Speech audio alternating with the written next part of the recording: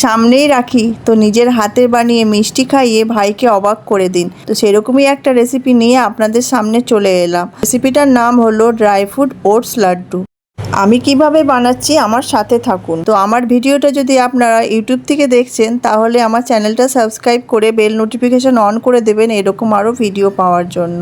সেটা বানাবার জন্য সবার প্রথমে আমি কিছুটা খেজুর নিয়ে সেটা বীজটাকে আলাদা করে গরম জলে 20 মিনিটের মতো ভিজিয়ে রাখি। তারপরে জল থেকে সেগুলোকে চিপে একটা বাটিতে উঠিয়ে রাখি।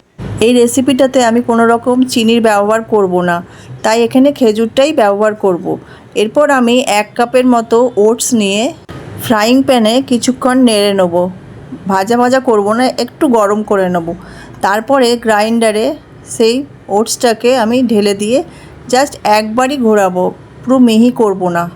তারপরে আমি এতে একে একে মেশাবো খেজুর ভিজিয়ে রাখা, কাজু, তারপরে আমন্ড আর দেব কোকো পাউডার 1 চামচের মতো। ঢাকনা আটকে আমি গ্রাইন্ড করে নেব। তো গ্রাইন্ড করা আমার হয়ে গেছে। এরপর আমি একটা বোল নিয়ে তার মধ্যে সমস্ত মিশ্রণটাকে ঢেলে দেবো। যদি আপনাদের মনে হয় যে খুব ড্রাই হয়ে গেছে তাহলে আপনারা ওখানে 1 থেকে 2 চামচের মতো গরম জল অ্যাড করতে পারেন। তো আমার প্রয়োজন হবে না, তাই আমি মেশাইনি।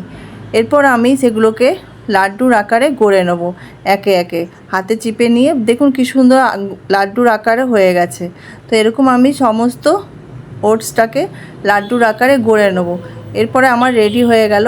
তারপরে আমি কি করলাম, চকলেটের মধ্যে ওটস লাড্ডুগুলোকে কোটিং করে একে একে সাজিয়ে রাখলাম। প্লেটে রাখার পর তারপরে আমি শুকনো নারকেল দিয়ে ডেকোরেশন করে দিলাম, দেখতে ভালো লাগবে বলে। আপনারা এর মধ্যে বাদামও অ্যাড করতে পারেন, আপনারা আপনার পছন্দ মতো সেটাকে সাজাতে পারেন। তো রেডি হয়ে গেল আমার ড্রাই ফ্রুট ওটস লাড্ডু। রেসিপিটা ভালো লাগলে লাইক কমেন্ট করে বন্ধুদের মধ্যে শেয়ার করে দেবেন। তো ভিডিওটা প্রথম থেকে শেষ অবধি দেখার জন্য আপনাদেরকে অসংখ্য ধন্যবাদ। আমার ভিডিওটা যদি আপনারা ফেসবুক থেকে দেখে থাকেন তাহলে পেজটা ফলো করে পাশে থাকবেন এরকম আরও নতুন রেসিপি পাওয়ার জন্য।